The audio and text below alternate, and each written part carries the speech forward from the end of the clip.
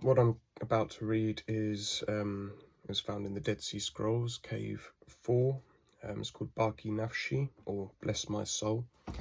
And it's written to the same group the Beatitudes are written to in Matthew 5.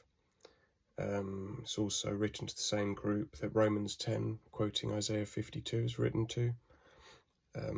Psalm 34 and Psalm 51, as well as Isaiah 65 and 66. But the Beatitudes and the terminology in the Beatitudes is seen all throughout the canon. Oh, I've got loose hair. Yeah, it's written to the group, the Isaiah 57, 1 through 3 group, who escape everything that's about to come on the earth because they enter into the work of the prophets now. They fulfill the royal law. They do not despise prophecy. They study prophecy, and they have the spirit of truth. So Yah and Yeshua brings remembrance unto everything they both said through Yah's word, which is Yeshua. So here we go. Bless my soul the Lord for all his marvels forever, and may his name be blessed, for he has delivered the soul of the poor, and has not despised the humble, and has not forgotten the misery of the deprived. He has opened his eyes towards the distressed, and has heard the cry of the fatherless, and has turned his ears toward their crying. He has been gracious to the humble by his great kindness, and has opened their eyes to see his ways. His ways, Yeshua, is the way, the truth, and the life. All of those are idioms for keeping the 10 Commandments. And their ears to hear his teaching. He has circumcised the foreskin of their heart, and has delivered them because of his kindness.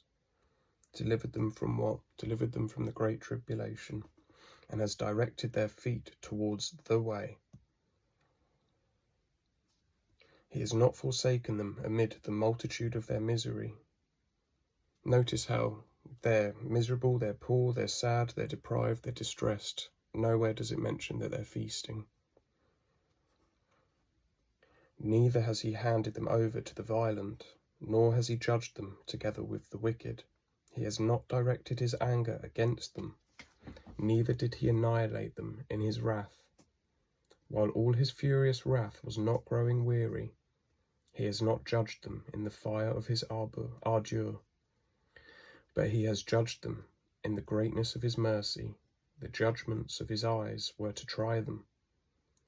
And he has brought his many mercies among the nations, and from the hand of men he has delivered them. He has not judged them amid the mass of nations, and in the midst of peoples he has not judged them, but he hid them in his shadow. He has turned darkness into light before them, and crooked places into level ground. He has revealed to them abundance of peace and truth. He has made their spirit by measure, and has established their words by weight. And has caused them to sing like flutes. What will they be singing? Deuteronomy 32, the new song of Moses. It's definitely not Exodus 15, because the first Exodus won't be mentioned during the second Exodus. And they have walked in the way of his heart. He has also caused them to draw near to the way of his heart, for they have pledged their spirit, their poor and contrite spirits. He sent and covered them, and commanded that no plague should affect them. His angel fixed his camp around them. He guarded them, lest the enemy destroy them. Yeah, so I really advise you read the scriptures that I brought up in the beginning. I'll put a list of them in the description. Yeah, happy Sabbath, by the way.